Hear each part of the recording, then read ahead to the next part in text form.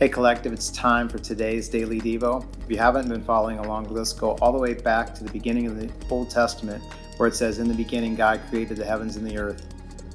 I'm just kidding, you don't have to do that. Just go to calvary.ch/read and you can jump on the reading plan at any time. Today we're going to be in 2 Corinthians book 2.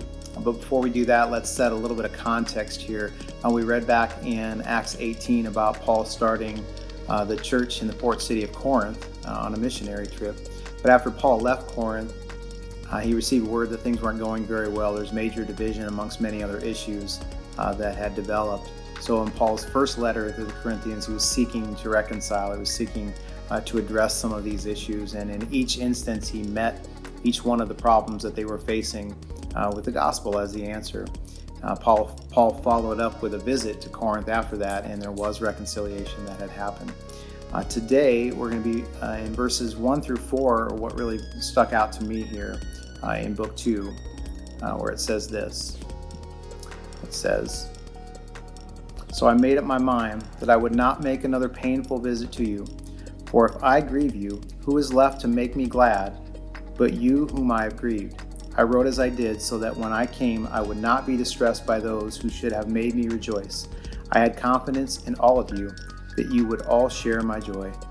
For I wrote you out of great distress and anguish of my heart, and with many tears, not to grieve you, but to let you know the depth of my love for you." So in this passage, Paul again is reaffirming his love for the people in Corinth.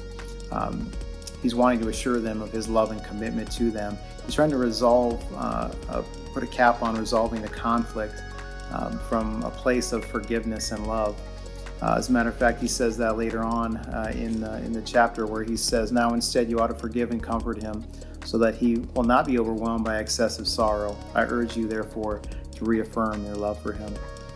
This is very powerful to me in the sense that it's how we should all, I think, approach resolving conflict, resolving issues with those people that we love. Emotions get involved.